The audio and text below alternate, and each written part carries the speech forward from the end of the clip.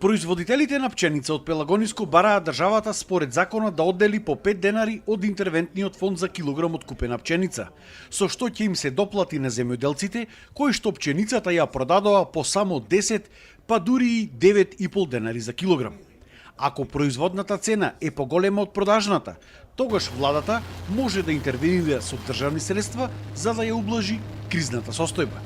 Земјоделците се сомневаат дека пченицата намерно се откупувала од трговците по оваа ниска цена, за да после одредени поединци и компании ќарат на маката на земјоделците. Ние како здружение го следиме патот на пченицата.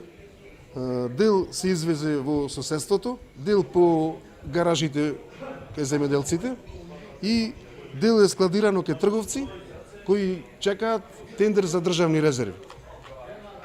Значи, трговците не беа контролирани од никого и ја смалија толку цената за да има поголема разлика за тендерот, да може да си подела ако има тука нешто симптоматично.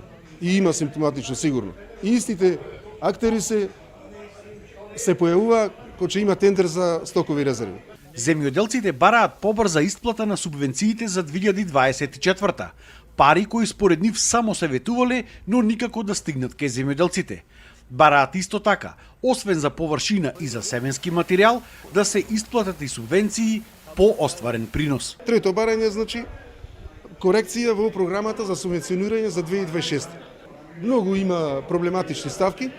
Еве, ќе кажам една. Ние есента сеевне по старата програма беше 150 кила по хектар семенски материјал. И сега поднесуваме субвенции, во февруари излезе програмата, по новата програма се бара 200 кг. Значи ние сни поселе. Не можеш ни фискална да најдеш, ни фактура, завршни сметки до нова година, сето е направено. Тоа е еден пример. Има и многу други работи.